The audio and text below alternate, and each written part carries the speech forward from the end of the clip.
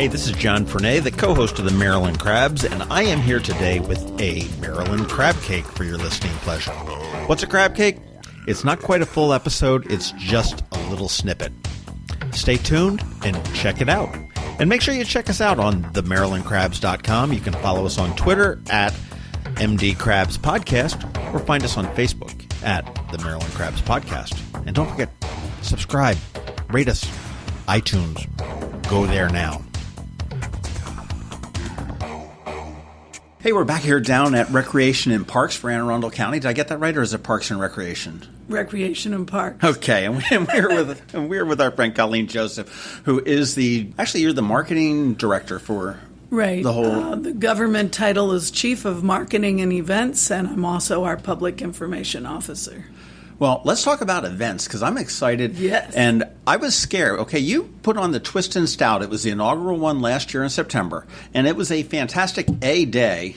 Yes. And it was a fantastic event. Come November, I was scared to death that new county executive was going to ixnay it, but he didn't. And that is so exciting because it's coming back again for a second year. No, that's good. It got put in the budget as a special request, and now it stayed in there so that we can make it an annual event. The county's very proud, and Recreation and Parks is proud to have our own festival at the beautiful Quiet Waters Park. And aren't we lucky that we have that park in our portfolio to host something like this? Well, that's the most unique thing about Twist and Stout. I mean, okay, there's a million festivals that have beer, and there's a million and one that have wine, and everyone has music and whatnot, but none of them are at Quiet Waters Park. Right. And that is just the most beautiful thing. It's, you call it the crown jewel of the park right, system. I know that's your little tagline, and it truly is. And for those that haven't been to Quiet Waters Park, it's down in Annapolis on the Annapolis Neck Peninsula. Mm-hmm. Waterfront on the South River. There's a dog park. It's just there's biking trails. There's hiking trails. There's an amphitheater. We're just coming off of the launch to the Annapolis Symphony Orchestra, and they had their Pops in the Park concert. You have summer concert series there on Saturday nights. Right. We have the Visitor Center, which has a gallery that constantly has a rotating show of local artists, both in the cafe and the Visitor Center. The Blue Heron Room can be rented for weddings, family reunions, or anything. I was at a wedding there once, a long time ago. Yeah. It was beautiful. Yeah, it is. The Jim Lighthizer gazebo is also used for a lot of weddings, and the South River Overlook. It's got the beautiful fountains, which come November turn into an ice skating rink. We have a butterfly garden that some volunteers created in memory of their son. Is that new? No, it's probably about 4 years old. The Feldmans created that butterfly garden in memory of their son, if you've ever heard of the charity Garrett's Light. And it's beautiful. So if you're looking at the visitor center and the fountains straight ahead, to your left, there's a beautiful little butterfly garden. I am definitely going to check that out. Yeah. I am definitely going to check it. But I'm not going to check it out on September 28th because I'm going to be I'm going to be twisting and stouting. And this is on Saturday, September 28th. Yes. The time is noon to 6. Okay. Last year we started at 11 because we wanted to be able to clean up the park before dark, from the event. But the people trickled in a little bit later, so we know that people do not start twisting and stouting and drinking and dancing until noon in Annapolis, so we changed it to noon to 6. That's because of Friday night. That's all that is. Another unique thing about Twist and Stout, other than the location, and this is Maryland wine, which a lot of the wine festivals in the area are Maryland wine. I think that has to do with something with the crazy state liquor laws or something like that. But this is also Maryland beer as well. Yeah. So this is not, the craft brewery out in Portland, Oregon or Portland, Maine or anything like that. These are people that are right here in our backyard. Yes, they are. And for some of them, this is their first festival. So we partner with Maryland Wineries Association, and even though it says wineries, they also represent the craft brewers of Maryland. And they get all of our wineries and craft beer people to come attend. That's our partnership. We do the lion's share of everything else, but that's their expertise. I think right now we're at 15 and growing. Well, I just looked at the website before we came in here, and I mean, some of these brews I've not heard of, which I'm so excited to try, because you've got some of these little hidden gems that we don't necessarily know about. Brawling Beer out of Gaithersburg. Right. Brookville Beer Farm, and I never knew they could farm beer. This is, from Montgomery County, Calvert Brewing Company, which we've known. Forward Brewing, which is actually going to be a debut. That's going to be a craft brew pub in Eastport. Right. And they're going to be debuting at the Twist and Stout. I don't know whether it's their public debut, but it's pretty close to it if it's not. You've got the wineries. You've got Gypsy Brewing Company, which, again, I had never heard of in Calvert County. Right, that's a new one also. The Guinness Open Gate Brewery, which is that a Baltimore County, or is that in Anne Arundel County? It's in Baltimore County. But it's just over the line. Yes, it is. And we had them last year. That was kind of one of their premier festivals. That they came and they were introduced that Guinness Blonde. Right. Well, they really just celebrated their first year up there. Yes. So that's always good. You know what? We could probably annex them. Yeah. We're close enough to that. We could probably talk to Stuart Pittman and see if he can't annex that brewery, and we'll call it our own. We think the cafe in Quiet Waters could become a little brew pub. Ooh, that'd be nice. That'd be nice. It's one of our marketing ideas. And then Jailbreak, which is out in Laurel, which is they're a lot of fun as well. But one thing I loved about this is that it wasn't overly crowded. You guys did a great job as far as spreading it out. You could see the bands. You could go from food vendor to beer vendor to wine vendor and whatnot. And it wasn't this tight, okay, we've got a little 5-foot fence and we're going to jam everything in together. So it was such a relaxing afternoon. Well, thank you. It is kind of funny. We talk about it here because the park is expansive, as you know, 323 acres. And the whole festival happens down the hill from the visitor center where the amphitheater is. So it's kind of funny that we have the festival in just a few acres of this expansive park. But of course, you have to have it all together. So last year was great. It was a big success. We had just over 1,500 people attend. We can accommodate about double of that with the parking available at the park. So we learned from our experiences from the surveys that we got back from the attendees and our staff, and we have not changed it too much. But one of the things was the buses. You might remember we had shuttle buses from all the parking lots. Sure. So the shuttle bus dropped everybody up at the top of the hill, which was great at the beginning of the day, but after everyone had been in the sun and had a couple of drinks, climbing up that hill at the end of the day wasn't people. I saw people, they were like, please give us a ride on their golf cart, especially if they bought bottles of wine. Sure. So we have we're bringing everybody a little closer this year, which means we're pushing back the festival. So the VIP tent will be moving from the front of the festival all the way to the back, closer to the South River overlook. The other strategy for that was our vendors were set up at when people came in. Right. The retail vendors and crafters, which had lovely things.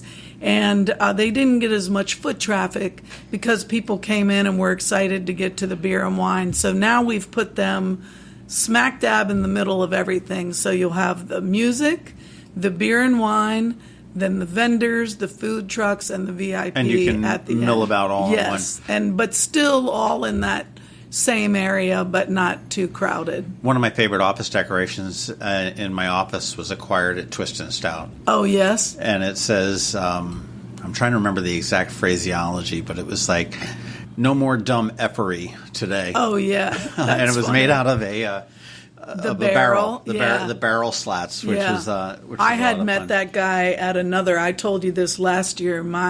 Part of my job is doing research of other festivals. That's a tough job. It is a tough job. Somebody's got to do it. And I had met him over on the Eastern Shore and convinced him to come. So we have more retail vendors this year than we've had before. And here's the thing that makes me really happy. Everybody that participated last year as far as a sponsor or a vendor or a food truck is coming back. And we even have one of the bands coming back because the Groove Spot got everybody moving and grooving and dancing. Everybody loved them, so we're bringing them back. They were fantastic, and it's no wonder. I mean, we're proud to come back as a media sponsor for this thing. I mean, that was a no-brainer when we did that. And the Groove Spot band, they got off to a very rough start. You had there was technical difficulties getting them on the stage, so they were a little bit delayed. The first band was also our sound person, and Vance, who is if you want to learn how to dance, call Vance. And from the Groove Spot, he wanted to make this a great show, and I think he told us he was going to have 9 people, and he brought 14 members of his band. So the guys were struggling a little bit with the mics, and we had some downtime. So this year, to prevent that, I have hired a sound person that is only dealing with the sound. They're not with one of the bands. He came highly recommended. And your hair's grown back in very nicely since that was the longest 30 minutes of my life. But Vance from the Groove Spot, I think I shared this with you last year in our podcast. I met him at a charity event and started talking to him, and he grew up in Hillsmere. And he'd been dying to get to Quiet Waters and just didn't have the right avenue and maybe wasn't quite right for the concert series. So he's thrilled. He's a local guy. I'll tell you, well, the Groove Spot was great. I mean, if funky Motown, get off your butt and dance. Yep. They do bring it. And the festival actually opens up with the local favorites, the Naptown Brass Band. Yes. And they're nothing but a bunch of disruptors. They're a bunch of hoodlums that, you'll see them. I'm guaranteed they'll be off the stage marching through the crowd. I want them off the stage. So their guys are great. So we recently opened a pavilion, an amphitheater pavilion in Whitmore Park downtown. Right, that's the Mike Bush. Named after Speaker Michael Bush. And I hired those guys because I thought, they'd get everybody moving. And we had a conga line going from county representatives. But it's funny. I've got that video of that conga line right here. Oh, you do? I just looked at it about 20 minutes ago. It was Isn't pretty that funny? When I talked to Dave from the Naptown Brass Band, the one thing we could not, as you know, from the VIP tent last year, actually see the bands. Right. And we still won't be able to see them this year, but we can hear them.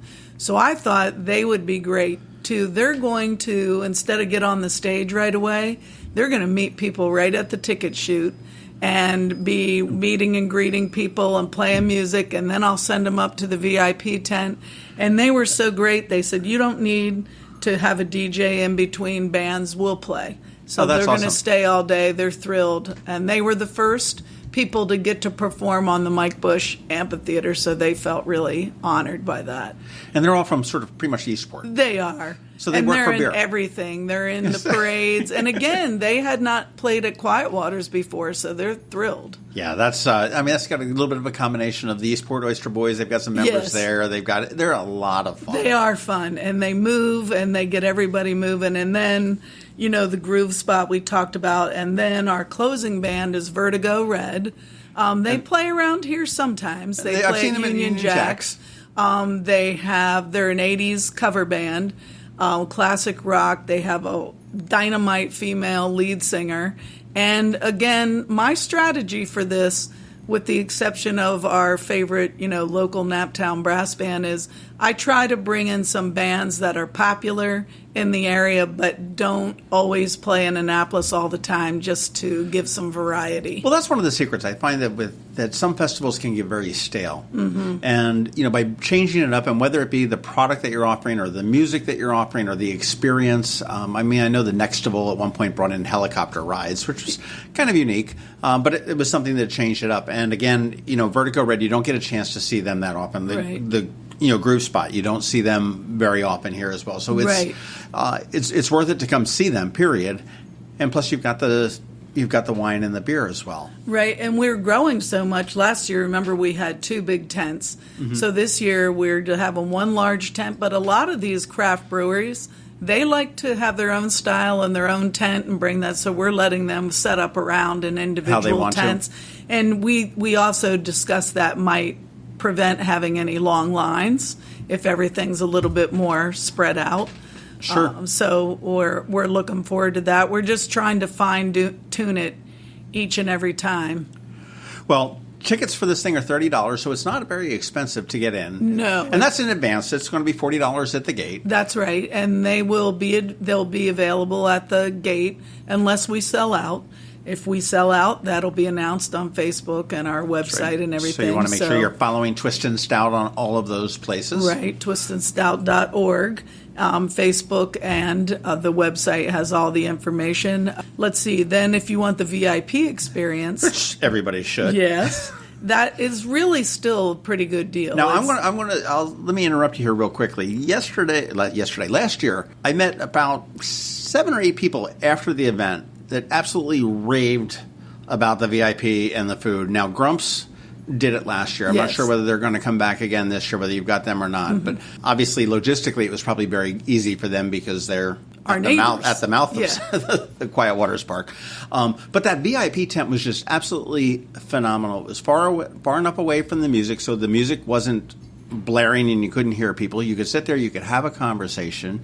You had food in there, you had some wine in there, you had some beer in there. That was an absolutely wonderful experience. It wasn't over the top, okay, we need to put, all sorts of amenities into it, but it was perfect for what it was. Thank you. So we're not changing much about that this year, except the location. Like I mentioned, we're going to push it back a little further. Just we're moving the whole festival, shifting it a little bit closer to the South River. And so our VIPs might have to walk a little further. But that also, the VIP tent was so nice. When people got there, they didn't leave. So we thought by maybe putting it at the end of the festival, it gives them an experience to go through the whole festival. There are neighbors, and they're great. The vendors and our sponsors, in-kind sponsors for the VIP tent are Grumps. They actually closed the restaurant last year and brought their whole staff, and they loved working in the park. And Dina and Duncan did a fantastic job. The food was phenomenal. Oh, it absolutely was. I mean, you had the little chicken sandwiches and the little sliders. Shrimp and grits, everybody talked about. So we've changed the menu up a little bit, but we're keeping some of the favorites. And then we also work with David and Chuck over at Bay Ridge Wine and Spirits. Okay. So they poured all the hot. If you go to the VIP tent, the ticket's $75, whether it's day of or in advance. You can also, if you buy a general admission ticket, you can upgrade it. When you get to the ticket chute. We only sell about 400 VIP tickets. That's what we plan on. And David and Chuck from Bay Ridge Wine and Spirits, they pour all the higher quality Maryland wine and brews in the VIP tent. Get a little larger glass there. We have another little promo item, which I'm going to give you one before you leave for our VIPs today. And as you saw, it was beautifully decorated. All the decorations were made by our staff. And I think it'll be another phenomenal experience. It really was. I mean, and I will say the decorations, and this is probably one of the things that why you guys do this as opposed to letting somebody else do an event like this at Quiet Waters Park is because this is your baby. This is the stuff that you take care of day in and day out. This is the stuff that when it floods, and I know that we had some rain before last year. 3 days. So you know where the straw needs to go down to absorb any kind of puddles. You know how to take care of it. You know how to make sure the grass and the roads and everything else is not damaged.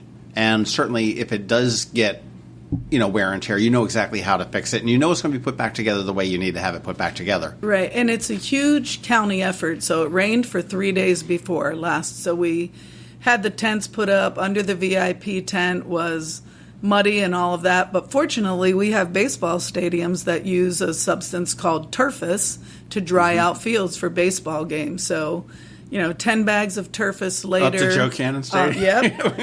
Fans from the swim centers to dry it out. We had sort of a moat in front of the stage. We called roads. Our guys went over and got mulch. We fixed that. Maryland Wineries was laughing. They're like, we love working with Rec and Parks because we have all of this available to us. And this is an important thing, too. This whole signature event for the Department of Recreation and Parks is 100% staffed by our staff, full and part-time, working the whole event, with the exception of the Friends of Quiet Waters Park that work their table in the gallery and work with the artist. But this is a labor of love. It is the reason. We also have a no alcohol policy in the parks, so that's another reason they're not rented out like the fairgrounds to hold festivals. And it is just for the reasons that you're saying. We're going to protect the park and make sure that all the staffing is there that we need. One other thing I do want to talk about the VIP tent is this year we're going green. So we've been working with Naptown Taps to have some water in there that's the filtered water, so no water bottles. Okay. We have a staff that I have 2 park superintendents that have taken on the VIP tent as their responsibility, and we're working with our DPW recycling people to have all the proper signage and containers. We're going to have a composting station, so we will go green in the VIP tent. Okay. Is that going to be going green in the 3rd annual one, festival-wide? I think possibly? So. We'll think about that. That's somewhat challenging to get the other vendors to bring recycled materials and all of that, so it's something we'll discuss. That's why we decided let's do the VIP tent first. A little bit of baby steps. And Grumps will provide recyclable utensils and all of that. Same. And remember, the glasses are the glasses that you get as a gift. Right. So we don't have to worry about that. Right. Well, for those that are also concerned about how large Quiet Waters Park is, I will say that parking was amazing. You've got all these tiny little parking lots scattered throughout the park. And when you pulled in, they were staffed by friendly Parks and Rec people, Rec and Parks. Yeah. I will never get this right, okay? But they're always staffed by people, and there was a little shuttle bus that was there within seconds. Yes. To cart you down to the main part of the festival. Right. And we got so many nice compliments about that. So our staff, usually rangers and some of our maintenance guys that deal with the parking at the ASO concert, which is massive, are in the parking lots. And then we put an ambassador on each school bus to take you from the lot. And the lots are numbered so you can remember at the end of the day where you parked. So. Yeah. And we put an ambassador on each bus. And, we're actually having a training. All the supervisors and ambassadors are having lunch and a training on Tuesday at Quiet Waters and do a walkthrough. But we said, be Disney-like. Welcome to Twist and Stout. It's a beautiful day. Does anybody have any questions? Let me tell you what's available. We got unbelievable feedback about these staff on the bus and our staff in general about how friendly everybody was. And here was the goal for me, to sell tickets and raise money for our beneficiaries, which I'll talk about in a minute. But we have a lot of events on the weekends, which isn't our usual time frame for staff to work. Right. So it was important that everybody's going to participate in this. I want our staff to walk away thinking it was fun and they had pride in it, and I believe that was a success. And most of the people that worked last year have willingly just said, what do you need this year? So it was a great experience for the department. All around, I will say that the people that went there are looking forward to it. That I've spoken with. Obviously, you said the vendors and the sponsors and everything else are back. Your employees are excited for it. Marks of a great festival, and it does so much good for the community too. I know last year it benefited the Friends of Quiet Waters Park, and I know that there was some plein air painters that were out there actually painting the festival, and their work was for sale afterwards. Right, we're having that this year. Unfortunately, there's some other conflicting events, so at this point we don't have as many artists as last year, but they still will be painting morning and afternoon, and then their works of art will be for sale in the Friends of Quiet Waters Gallery, which will be a little pop-up gallery with that. And can I talk about the Friends for a minute? Sure, absolutely. I'd love to. The Friends of Quiet Waters Park, each one of our regional parks has a nonprofit that are volunteers that do work that benefit the park. So the Friends are our beneficiary for this event. Last year we were able to provide them or award them $10,000 for their Nature Center campaign. This year we have a second beneficiary, which we have embarked on a second project with the Cal Ripken Senior Foundation. Our first project he puts was the baseball fields in for underserved. Right. So our first project was the baseball multipurpose field at the Boys and Girls Club, and that's the Ripken Senior mission, is to go in and look for communities that are underserved and provide athletic facilities for them. So we are now in a second project with them, which is to put multipurpose fields and a track. We've never had our own track.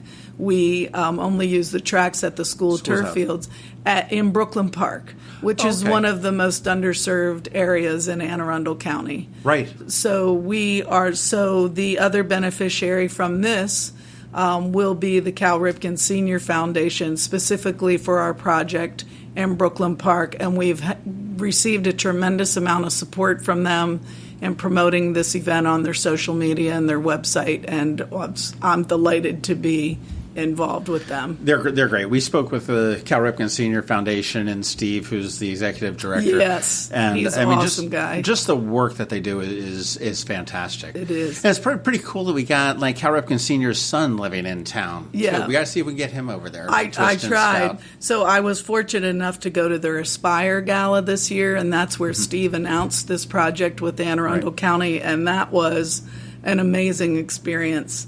To go to that. So I did ask them, like, come on now, Cal's our neighbor. He lives right across, right around the corner. Can we get Cal to come? Steve subtly always says, oh, yeah, no, you would. I can't handle that. You have to have. Well, their marketing person is Carrie LeBeau, and she said, well, we might be able to come. When Cal comes, that's a whole different ball game, no pun intended.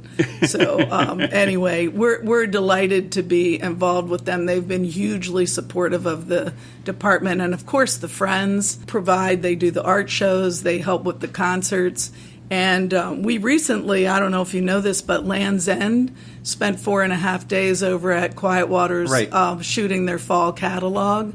So we were able to get some photo shoot money for the Friends, so they're very happy with us right now. And in exchange for that, Land's End is also a sponsor of the Twist and Stout. Oh. Yeah. Way to twist that arm.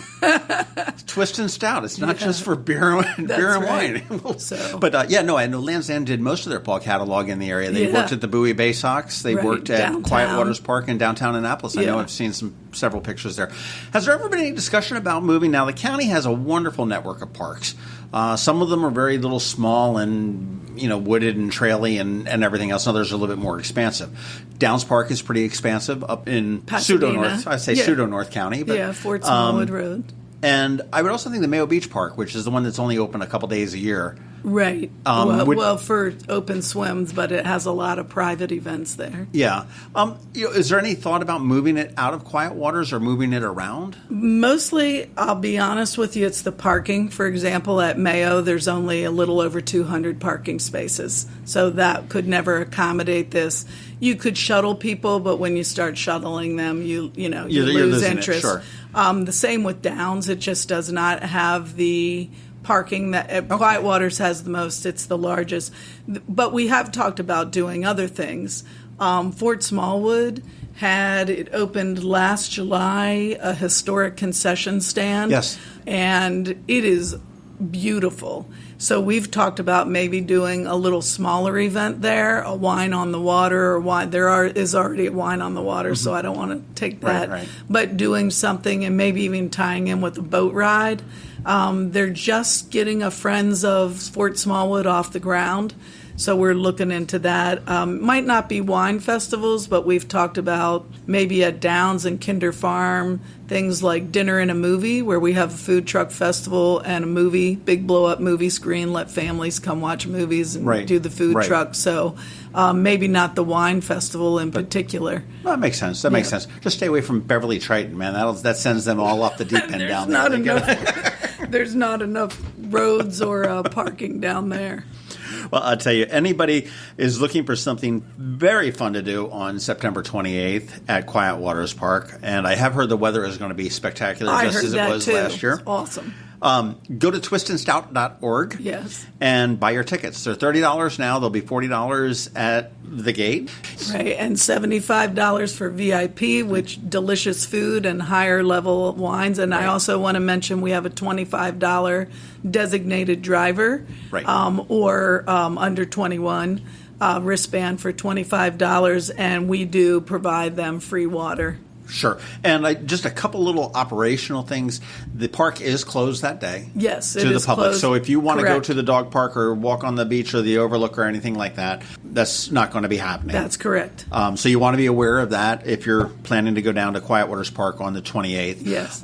Also, the county police were there, and I'll tell you, I happened to see, you think of all the bad stories you hear about police. There were some people that came from Hillsmere and just sort of hopped over the fence of the path that goes into Hillsmere. And the officer was just so great last year. He's like, hey, it's like, oh, well, really? And I think they were just planning to hang Walk the out. park, yeah. And they're like, oh, well, I think we're going to go try this out. And he just directed them to the check-in booth, and they bought tickets, and it was so cool. It wasn't a real hard. No, they hardball were a great partner. They helped with traffic. They helped with crowd control. We didn't really have, thank goodness, knock on wood, any issues. But again, it's a nice partnership with the police.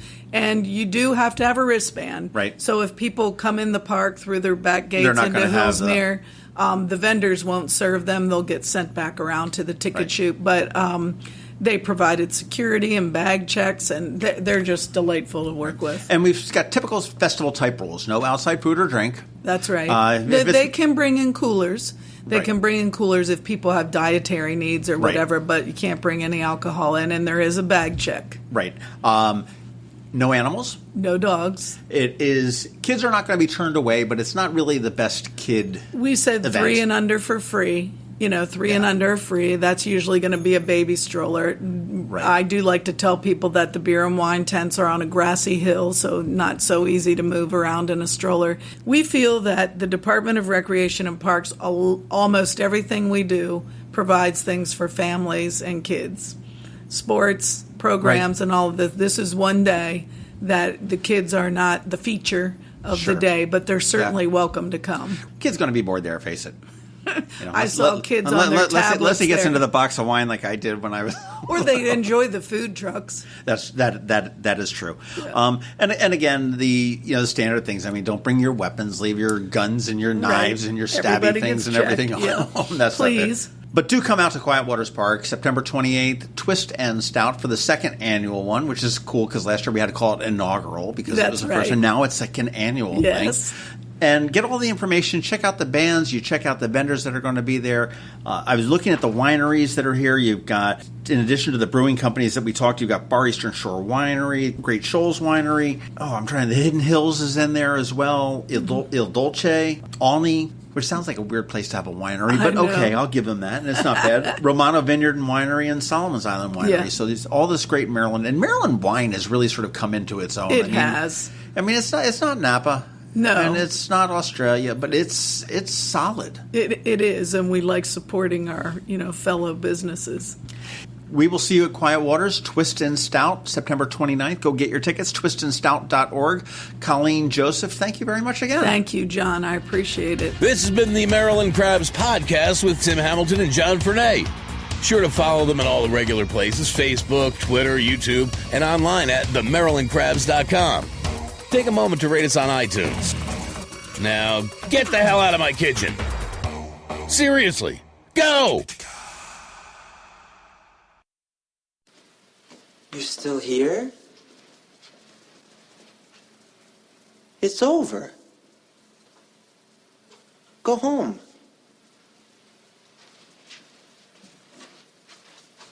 Go.